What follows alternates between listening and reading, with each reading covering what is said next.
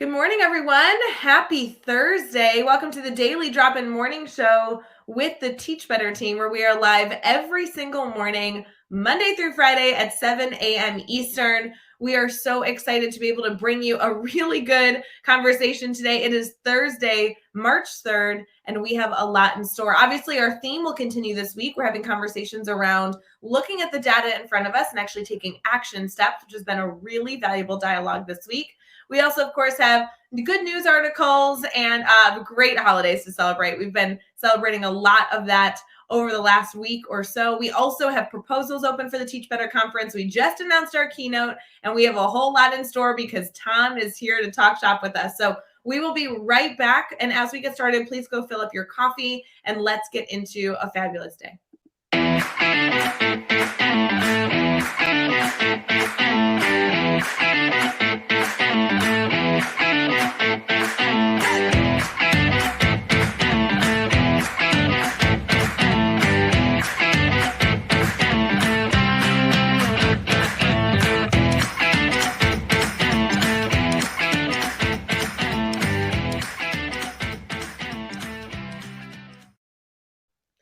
Hey everyone, good morning. Happy Thursday. Tom, I am so thrilled that you are here to talk shop bright and early with us, coming in from the West Coast. So it is a early morning.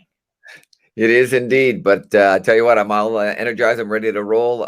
We talked earlier about going back to bed. I don't think I'll be able to. I think I'm going to be so hyped up. This will carry me through the day and then some. That's the hope. That's the hope. No, I think this is a great way to start your day. I so appreciate it. And maybe not a nap, but maybe going to bed early later this afternoon. Does that sound good? Yeah, that sounds like a good plan. All right, I would love it. I do have to say to our network, I always love Daily Drop-In. I always love inviting on new guests. I always love being able to meet new people, whether I get to meet them for the first time or maybe I get to bring them to our network as people I've met. Tom, it is such an honor to bring you to our community. I am such a fan and advocate for the work that you do. And we only recently connected about a year ago. And I can honestly say that you've had a massive impact on my life. And I'm so excited to introduce you to our community. So if you wouldn't mind, if people don't know of the work that you're doing, do you mind introducing yourself, sharing a little bit about what you do in education? For sure. Yeah, no, it's really interesting to be at this point. This is year 39 for me as an educator. And gosh, it seems to have gone by in a heartbeat. To be honest, I started off my education career. I just wanted to be the world's best chemistry and biology teacher. That was my goal. I wanted to be there. And, I had all these great visions of what I was going to be doing and so on. And I got to do it for 1 year. And at the end of that, they said, job's up. I said, what do you mean? You said I could stay. They said, yes, you can. We didn't say which job. How would you like to be our severe behavior teacher? Now imagine you're in a second year as a teacher. You have a wife and 3 children at home, and you think a job is a good thing to have. But the panic is you have done no training in special education and even less in behavior. So the balance tips in favor of taking the job. But I've got to tell you, talk about a life-altering moment early on in a career. I learned so much about teaching and learning by being with some of our neediest learners, right? I needed to change everything, almost had to unlearn what I had learned. But I got to tell you, talk about a hinge point in a career that early, because it really shaped everything that I've done since. Very early on in my career, my guiding light, my mantra became this: every student is a success story waiting to be told. And that's driven the entire career, every choice I've made. And I've had an opportunity to do just about any job you can think of in education, all the way up through being a school superintendent. And every one of them has been for learning. I've had a chance now to author or co-author 21 books. It's all been about learning. And everything, as I said, still driven by that same belief that every student's a success story waiting to be told.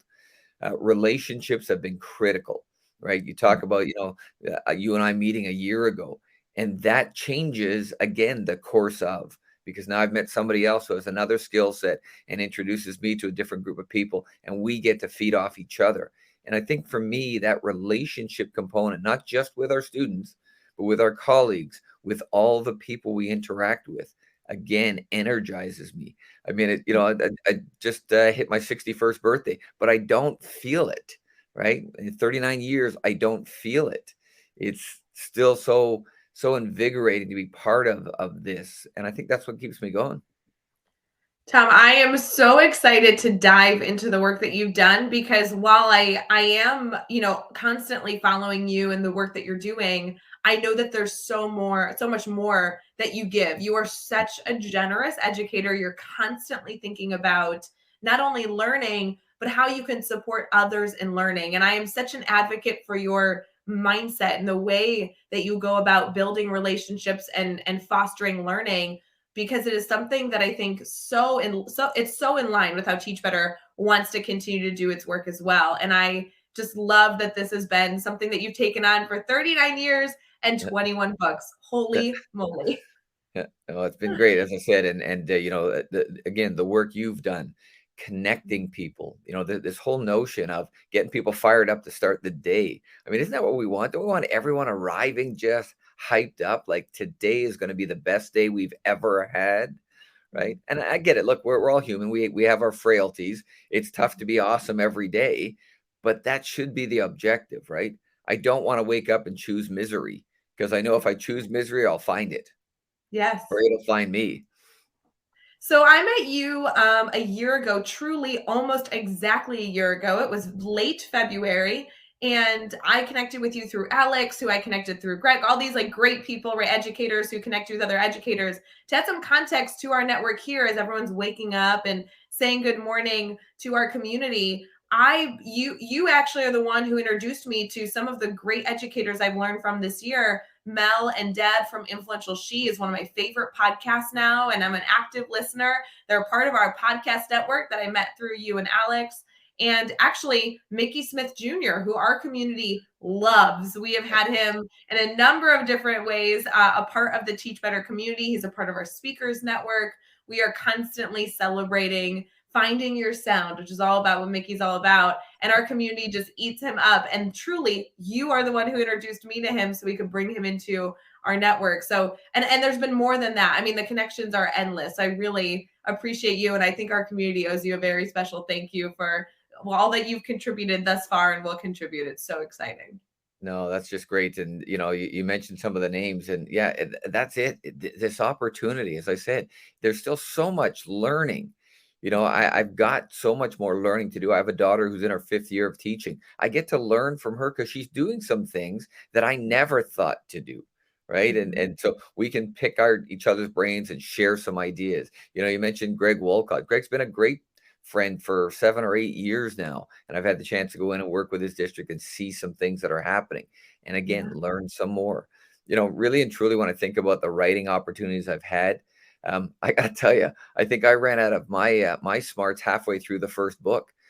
Most of the stuff I write about now has been stuff I've learned from others, and sort of twist it around, get some other ideas, combine what I heard from Rae with what I heard from Greg, with what I heard from Susan, which what I heard from Bill, and all of a sudden it starts to make sense and builds Mhm. off of.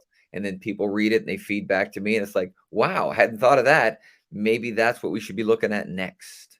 Oh, so powerful. If you ever make it to Greg's community again, he's right around where I live. So I want to make sure that I get to meet you someday in person. I'll add that to my bucket list. It'd be so There we fun to be go. able to buy you a cup of coffee. But tell me a little bit. We met during an event that I know also just happened. It was in its second year just recently. I'd love to put it in the back of our network's mind, our Teach Better family here, because I don't know when the third one is, but I will tell you that I'm recommending it to everybody in our network. It was such a powerful event. You guys are doing really, really good work sharing information, which I know is almost like just a side project for you because you have lots of stuff going on. But tell me a little bit about where this event came from. And then hopefully we're having a third year of it because our community is going to eat it up.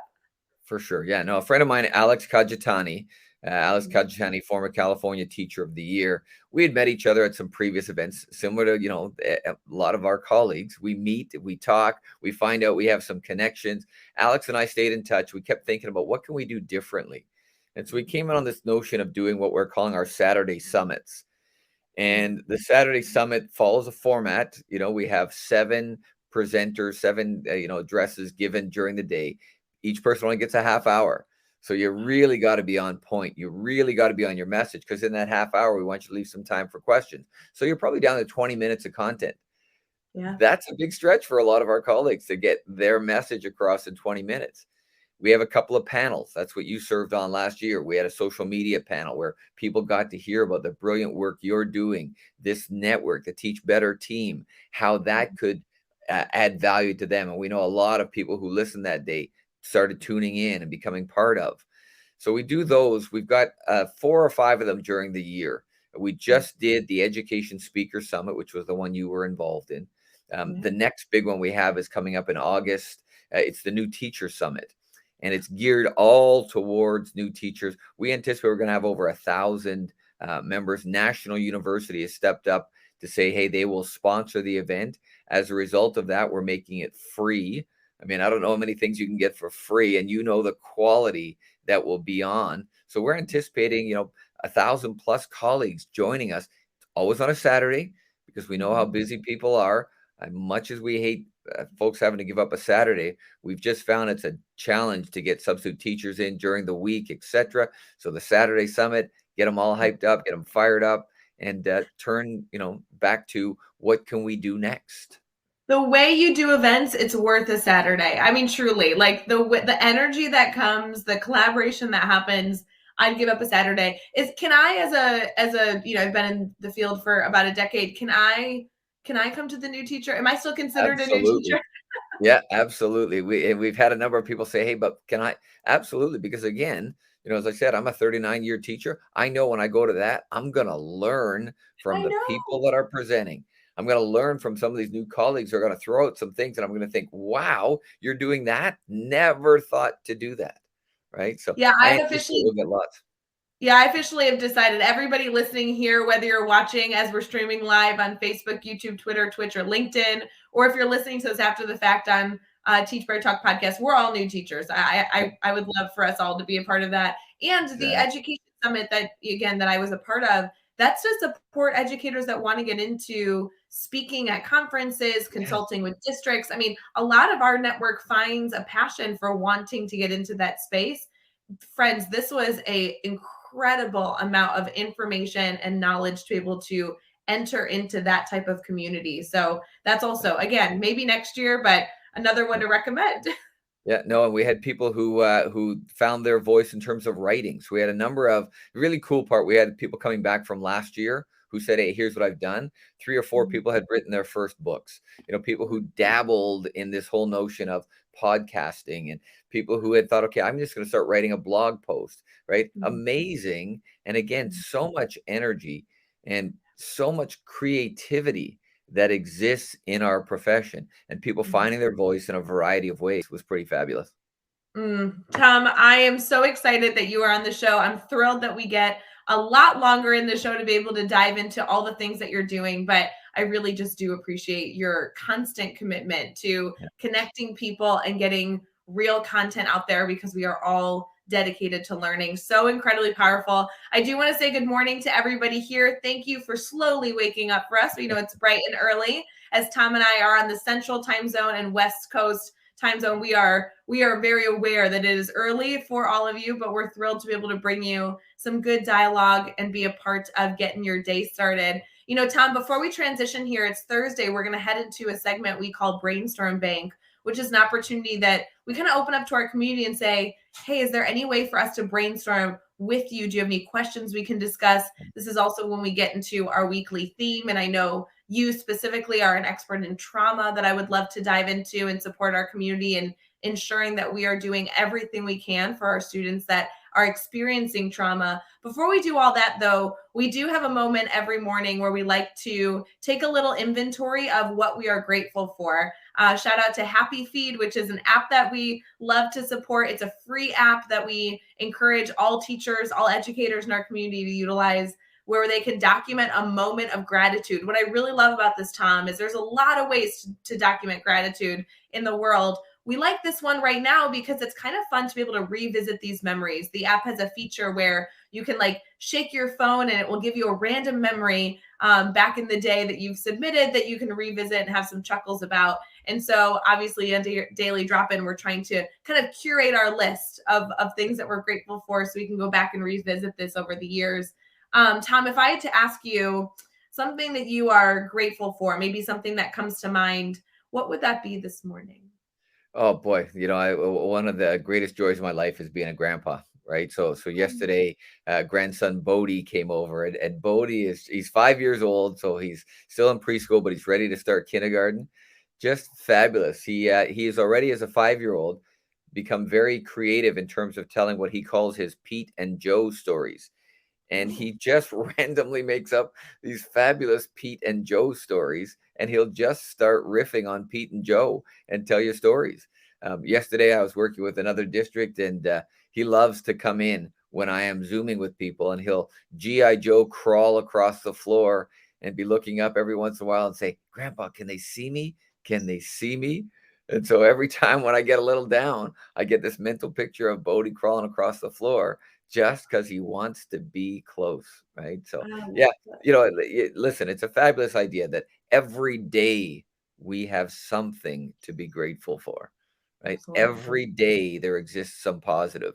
Yesterday at the end of the day, I went for a run. And as soon as I got maybe half a mile into the run, the heavens opened up. I got so wet, but at the end of it, I recorded one of my minute musings to say, look at, you know what? Like I got to get outside, right? I got to get Mhm. away from my screen. I got to be out enjoying nature, fresh air, liquid sunshine. What have we had, to be grateful for every Mm. day?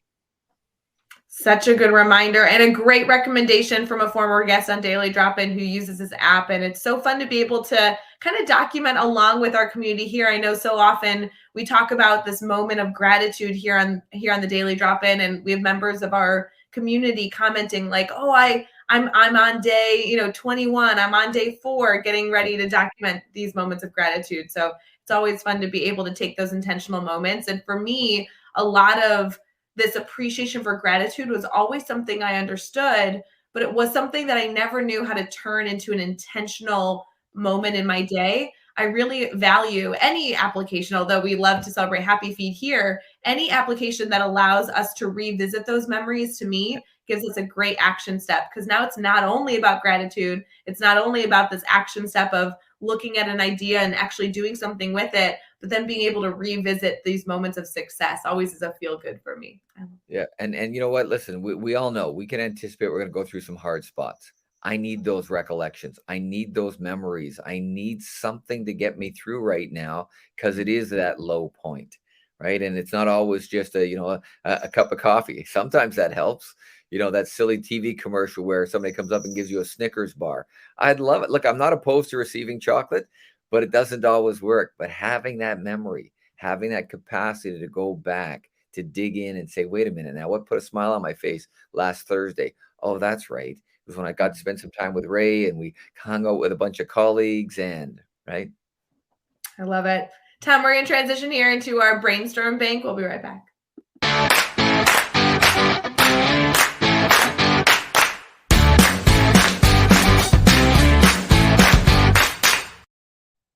Good morning, everybody. Thank you for being a part of our daily drop-in morning show. We love seeing the comments and hearing your thoughts, especially in this segment. Although we love it all the time, Brainstorm Bank is an opportunity that we put into our show every single morning, whether you are watching on Facebook, YouTube, Twitter, Twitch, or LinkedIn, to just ask our community, hey, friends, do you need anything? We love to be here to brainstorm with you. And while Tom and I definitely don't promise to have the answer to every single dilemma happening in our school buildings, we really do want you to understand that education is a collaborative community. And we are always here to at least brainstorm and maybe point you in the right direction. Tom, this is also a time where we have an opportunity to discuss a theme. And our theme this week is all about taking information, taking data that we have, and actually turning it into action steps. There's been a lot of reflection this week around sometimes we have an enormous amount of data, but we don't really know what to do with it, or an enormous amount of curated survey information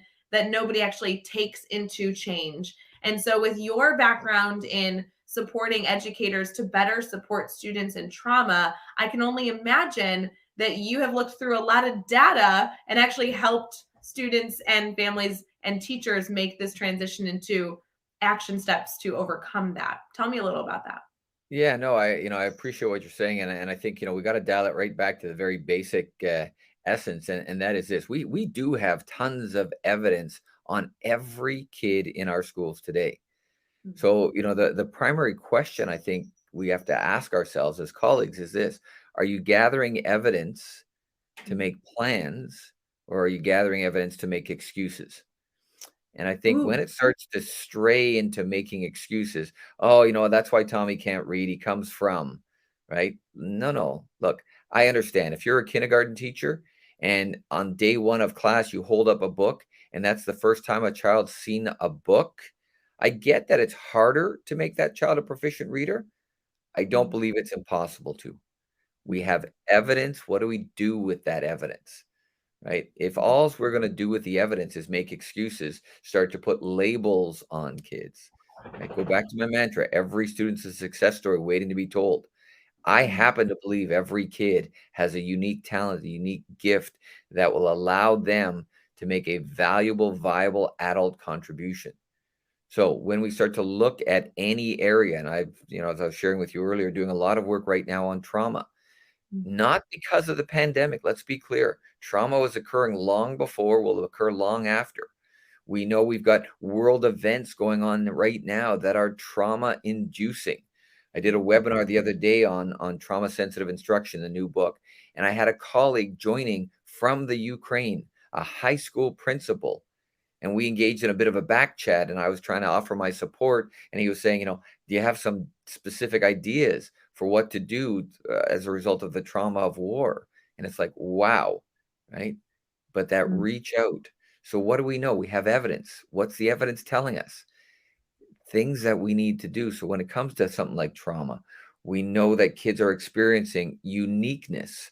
And the thing about trauma is what may be traumatic for you, Ray, might not be for me, or vice versa, Mhm. right? So we know that the impact is a little bit different. So how do we gather that evidence to make some plans that start to address the uniqueness of each kid? Mm. As we get into this dialogue this morning, friends, I want to encourage you to share what you are learning today, whether it be quoting something that you love that Tom says. I know Lori in the comments wrote in mic drop. She loved what you shared as we got into this segment. I want to encourage you all to take those tidbits of learning and share them in a post of wherever you're tuning in. So if you're listening on Facebook, click that share button, add a little quote to your post, and share that out so we can ensure that we continue to support all of our friends and colleagues that we are connected to in our networks.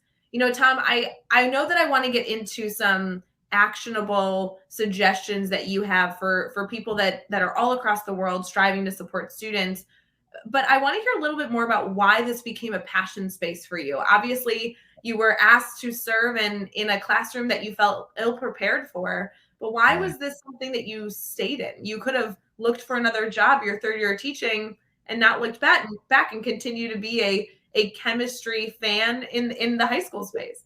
Exactly. No, and it's an interesting one. You look back on that, as I said, these hinge points that have occurred in your career, and there had to be something that was sort of moving me in that direction, right? And when I look back on it now, I recognize it was absolutely the right direction for me. Part of it's my own background. I mean, I grew up a child of poverty, a child of abuse, a child of neglect. I was one of 8 children. I've lost 4 of my siblings to the ravages of drugs, alcohol, consumption. And so, there was always something in the back of my head that reminded me, right? I know teachers invested in me. I wasn't always worthy of that investment. I can tell you quite clearly, I did a lot of things to get myself in trouble early on. I'm not sure every one of those teachers who invested in me saw the benefit of their investment, as happens for a lot of our colleagues. Listen, the changes that propel a child forward may not happen on your watch, but that doesn't mean we shouldn't be investing, right? There's a Chinese proverb that loosely translated says, the one that plants the tree rarely gets to enjoy its shade. And that's Yeah. so true for us in education, but we got to keep planting. It might not happen on your watch, but boy, when I look back now on those teachers who invested in me, that's part of what I'm trying to pay back now. And so there was something there that said, look, you got to go this route. This is your calling. This is what you are meant to do and be. Um, listen, not unlike a lot of the listeners here today, we all have our demons that we continue to battle day by day, right? That's the way it goes. But that investment that we make as educators, we are in such a unique profession. I mean, you get to shape your communities. I don't know of any other profession that gets that capacity that we get. So powerful. You're getting a lot of love in the comments of people very eager to learn more and be better in this space, because we know that it is so relevant to the students that we are supporting right now, and the teachers we're supporting right now. If you needed to identify kind of like your best strategy to get started being better in this area, what would it be? I know Lori is talking about doing a book study. I know, a lot of educators are looking at different communities they can join for support. I know a lot of educators are in your network because they want to learn from you in this area. But what's actually a step that you feel like educators can begin taking to be better in this space? Yeah. So, one of the things we talked about earlier was this whole notion of relationships, right? And so everything we can do to foster positive relationships. So, my favorite activity to do is the DNA activity. Now, DNA, obviously resonates with me because I was a biology chemistry teacher, but it's not that DNA. It's DNA that I've defined as the D stands for dreams, the N stands for needs, and the A stands for abilities. So, do we know every student's DNA? And it's a wonderful activity to do with all of your students where you sit there and build out, have them identify their DNA. Now, let me tell you, during round one, there's not a lot of kids in schools today been asked what their dreams are, but every kid has dreams. You don't have a student in school today who is dreaming about being unemployed or unloved or uneducated or in jail or addicted. They all have big dreams. Their needs oftentimes are driven by the environment they grow up in. When I go to work with schools, I talk about when kids come to school, they're coming to our house.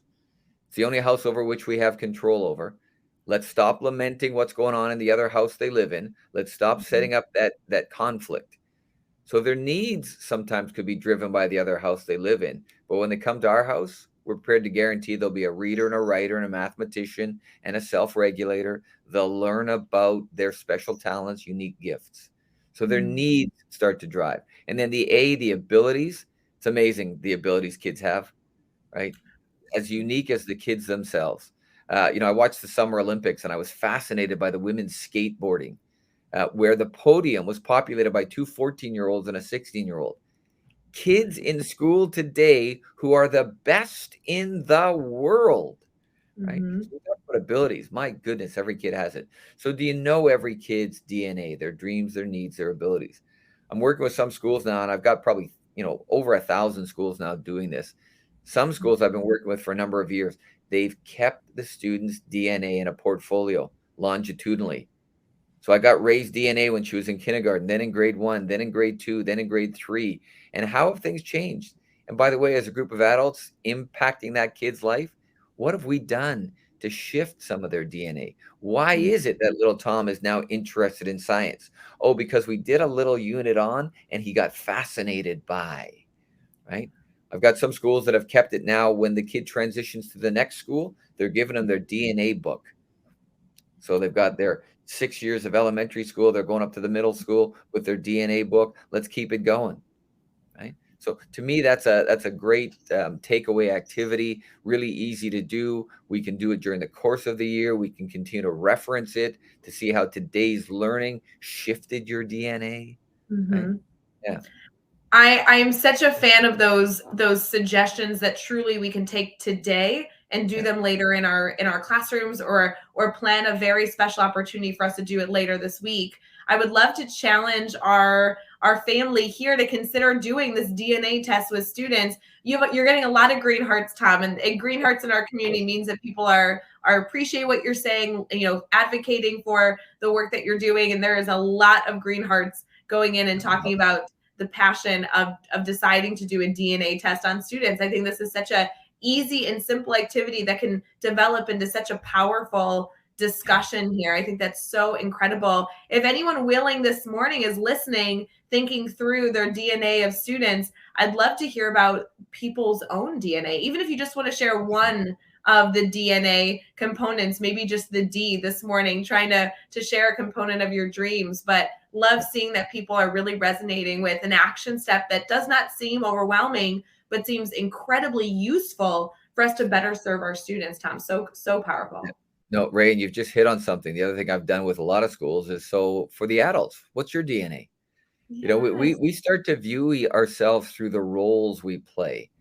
Right? When I started off teaching, as I said, I was a high school science teacher. And assigned to a high school science teacher is all of these mental images. Oh, you must be this. You're a bit of an academic. You're a bit of a, right? And we get these valued statements made. The next year, I went to severe behavior, an entirely different set of value statements. I almost went from being this really nerdy scientist to being this dropout, this mental imagery that people had, where on one day they could talk to me about all this highfalutin stuff, and the next day they had to talk in small syllable words because I was in special education, right? So what do we know about our colleagues' dreams, needs, and abilities, right? So Maybe powerful. yeah, I can't wait to see people's DNA evaluations. I'd yeah, love to have our community here challenge each other to share their DNA. The more we know about one another, the more we yeah. know about our students, the better we're going to be able to serve our communities. And Tom, you've been a school leader for many, many years, supporting thousands and thousands of educators. Now we're looking at our teachers and saying, how can I better serve my community? Well, I can understand them better. I love beginning with this DNA test. This is such a valuable takeaway. I love it. Yeah, no, that's great, Dan. As I said, the more we learn, the more we can start to shape things, the more we can make the references back to, hey, kids, thinking about your DNA. So, what did last week's instruction, what did last week's lessons, what did last week's experiences help you with? Mm. Right. And the more we get it to be an authentic, not just an activity we did once, right? But that we took it beyond that and started to build out. I think you're cooking with gas when you get that happening. Yeah, no kidding. Tom, we've been able to touch on just a few of your passions today. One of which I love your celebration of finding like actual action steps that we can begin to take to be better in this area. If you had to identify your soapbox message, right? Right. The message that if people are just tuning in right now, 30 plus minutes in, and they're only going to stay for a few moments, what do you hope that they take away this morning? Do you have a little suggestion, tidbit, or direction you'd love to challenge our educators with? Yeah, as I said, this notion that every student is a success story waiting to be told. So, Mm, do we look at every kid who crosses the threshold, as I mentioned earlier, when they come to our house? Do we look at every kid as being on the way? mm, Right? Do we have the evidence that we've gathered that should help to shape the unique path for that mm, child? Or do we get caught up in the busy, the ranking and sorting? Right? The big question I think for all of us as educators is this: are we about the learning or are we about the earning? Right? It's just mm, one letter. But I tell you, when we focus on the learning, then I want to gather evidence. I want to do the DNA. I want to know about any other um, assessment evidence gathering vehicles we have and what we do with that to believe that. Is every kid, when they come to your school, are they unconditionally accepted for who they are? Do they mm, have a belief that school is an opportunity versus school being a sentence, mm, right? Do we look at school as a 13-year experience, or do we look at it as a series of 10-month experiences? Grade mm, 3 occurs in this 10-month segment. It doesn't. It's part of the 13-year journey that will prepare you to be making valuable, viable adult contributions. So, mm. the belief that every student's a success story to me is what still drives me. Listen, I bet, Ray, that some of the folks tuning in this morning, they probably have this situation, that kid in their class whose greatest gift is when that kid walks into the room, they light up the room, Mm. right? That everyone wants to be around them. They just make it. Isn't that who we want in every hospitality industry job, every service related? Look, we all go for our cup of coffee in the morning. I bet everybody has a favorite coffee spot. And Yep. I bet it's equally driven by the people that work there, right? So true. You walk in and they say, "Hey, Ray, how you doing? Here's your cup of joe." They know exactly what you want in it, right? Mm-hmm. They remember the story the last time you were in. "Hey, you know what? I'm just going off to, well, how did it go? Hey, how was your trip to?" Wow, right? Yeah. We got kids that have that skill. It's a skill. Mm-hmm. That we let them know that it's a viable skill, that there is a future for you in that, right? Mm-hmm. So the belief that every student's a success story waiting to be told, and our jobs over the years, sometimes we're the co-author, sometimes we're the critic, sometimes we're the illustrator, sometimes we're the reader, but we're Mm-hmm. helping them to tell their story. I'd love to have our community this morning. We talk about sharing a moment of gratitude earlier in the show. Tom, I'd love to have people in our community that are live with us as we're streaming on Facebook, YouTube, Twitter, Twitch, and LinkedIn. Type in a quick comment, one location, one spot that they go where they get that feeling of walking in, feeling seen, acknowledged. And I love your examples, the people there knowing who you are, knowing something special about you, remembering something. My hope is that we all have maybe a few different spaces that we get to enter into that gives us that feeling. Maybe we walk in our school building every day and the school secretary is just getting ready to get started for the day, and a good morning message is shared, and maybe there's a follow-up question about something special. I love the coffee shop example. I mean, in truth, Tom, I hope some of our community here feels like Daily Drop-In is a safe space to be able to come in and comment. Everybody who's actually commented this morning, I have many stories to be able to celebrate of them. And we love being able to give shout outs and not only say good morning, but say good morning with intentionality, whether it's celebrating Erin's book or saying hello to Nikki, who's getting started in her day at a middle school this morning, or being able to see, Brian, who was on Daily Drop-In yesterday, or Jamie Flower White, who was featured in 12 Hour on Saturday, or Lori, who is working on a podcast idea. I mean, these are such valuable spaces where as you walk in feeling that you are seen. I love this connection to how we make students feel in the classroom. Yeah, that whole notion of community. Remember that old TV series Cheers, right? Yes. Whenever Norm would walk into the bar and everybody would go, "Norm!" Right? That was community. That was a sense of belonging, a Mm-hmm. place where people know me and I can be me, right? Yeah. That, and as I said, we know we've got colleagues, we got kids in schools. That's a gift. Let's Mm-hmm. acknowledge that gift. Let's have that belief that, and the more we create these spaces, like I said, that every kid feels unconditionally accepted when they come to our house. It's Mm-hmm. awesome. I love it. So powerful. As we continue, friends, please keep sharing those safe, fun spaces with us. We love to celebrate the places in your world that help you feel seen. And I love this connection to the same vein of how we can make our students feel every single day as they walk in the school building, as they walk in our classrooms, as they continue to learn in our communities. Tom, there's been so much shared. I'm so thrilled that our show is not over. We still have more to dive into, but we are going to transition here into some good news and some holidays. So we'll be right back.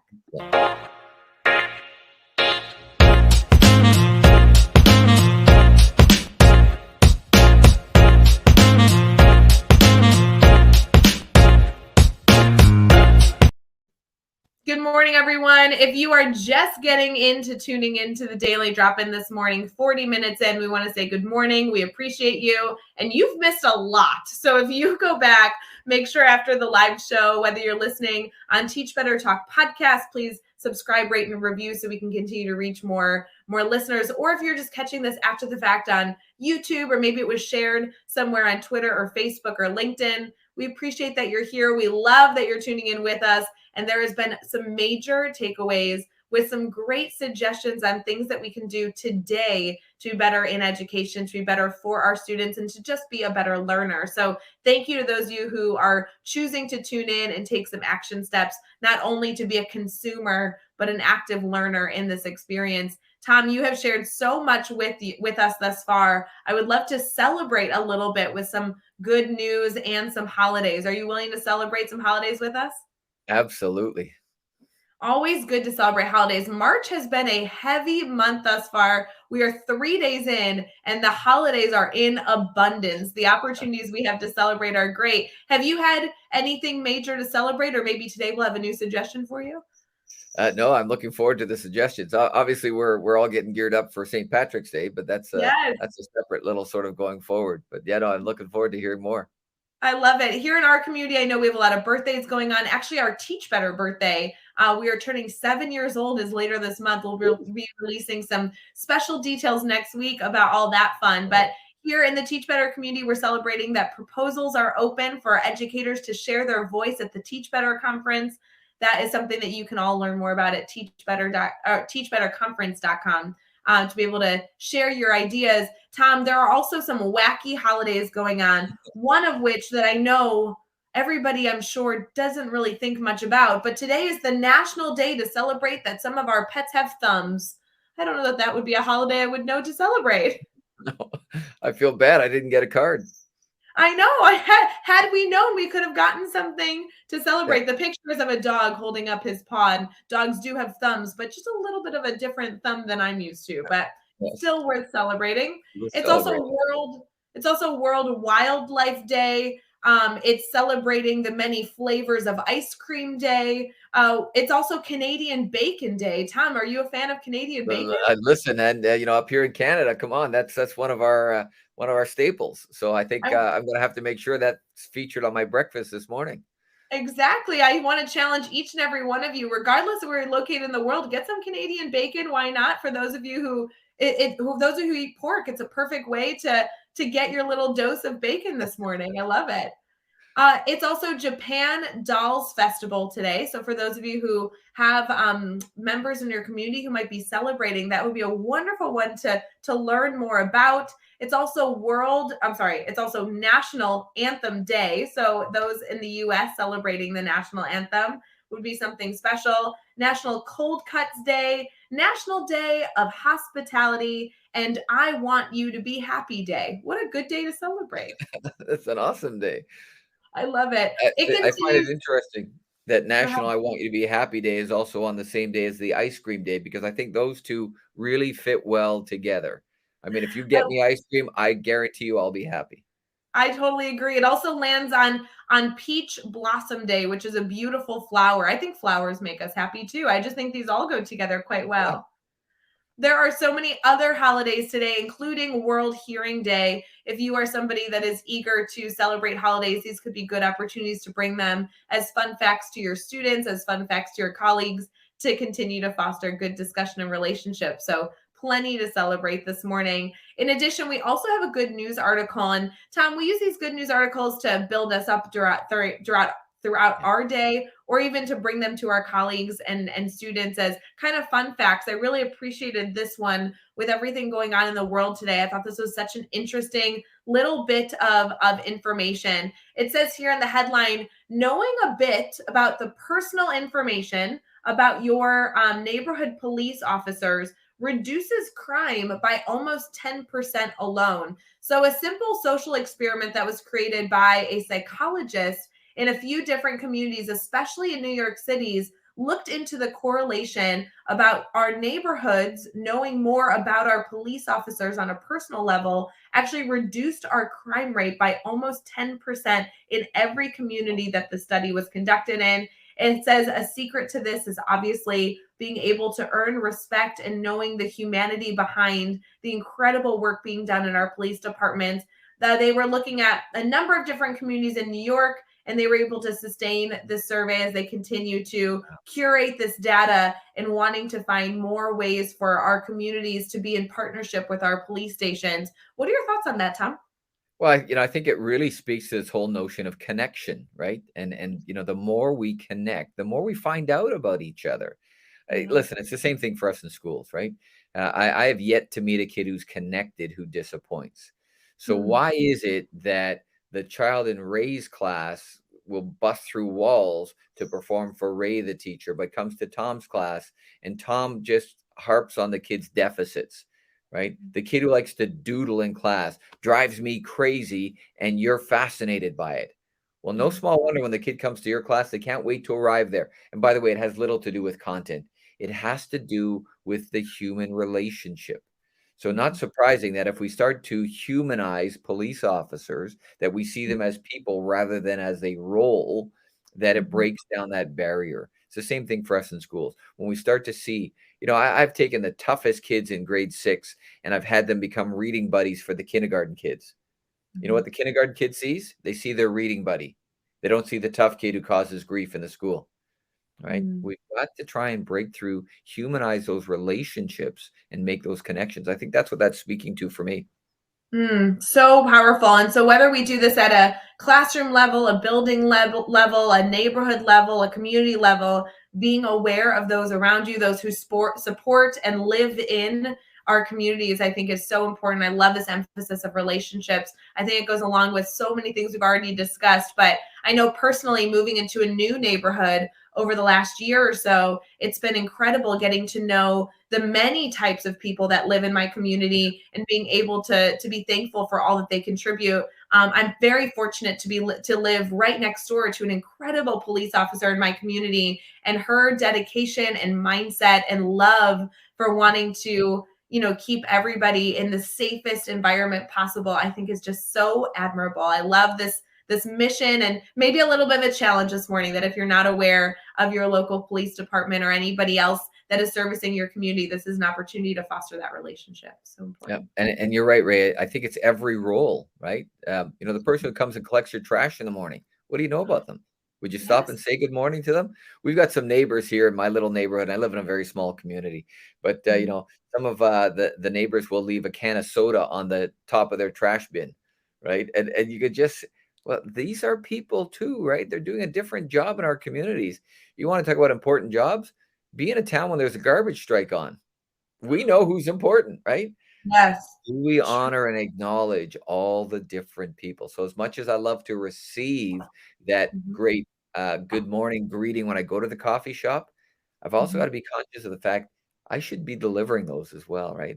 I Mhm. have the capacity to make their day just like they're making mine. Mm. Tom, this has been one of my favorite daily drop in conversations. I have loved being able to learn more about you personally, but also just bring our community this insight that you are so dedicated to sharing. Our daily drop in morning shows are not only an opportunity to wake up with our community and get the day started on a positive note, but also introduce new friends into our network so we can all continue to be learners. I think that I feel very confidently that you are somebody that every single person in our network needs to add to their list so we can continue to learn and stay connected. Would you mind sharing how our community can stay connected to you? Yeah, sure. Social media, obviously, that's the world we live in. So for Twitter, it's just first initial, last name. Facebook, LinkedIn, um, TikTok is all just first name, last name. Those are all the areas that I can explore. Gmail, if people want to shoot me a message, just thhirk@gmail.com. I try to get back to colleagues within 24 hours. There's so much sharing. And listen, you got to know that when you reach out, I'm going to reach back and pick your brain because I know you can add value to me just as much as you think I might be able to add value to you. Mm. Tom, I so appreciate you. I so appreciate your passion for connecting with people and also your dedication to ensuring that we are all better and learners in so many areas of education. I so appreciate you waking up so early on the West Coast to be able to celebrate Daily Drop-In with us. And I know this won't be the end because I will not let our connection go away. But thank you so much for being on the show this morning. Oh man, what a treat! Well worth getting up early and just the opportunity. And it is. It's like a jolt of caffeine, Ray. Just hanging out with you and getting energized by you and by the team. So I appreciate you reaching out and giving me this opportunity. So wonderful. For everybody here this morning, we hope you enjoy your last few sips of coffee as you're brushing your teeth, getting ready for the school day. Thank you for all that you do. Thank you for what you do for students. Thank you for what you do for our communities. If you need anything, please feel free to reach out. And as you know, the Teach Better team is committed in so many ways to continue to celebrate all of you this month and many moving forward. So please stay connected by following us and obviously visiting teachbetter.com for information. Have a wonderful rest of your Thursday. Please go connect with Tom, and we'll see you guys tomorrow.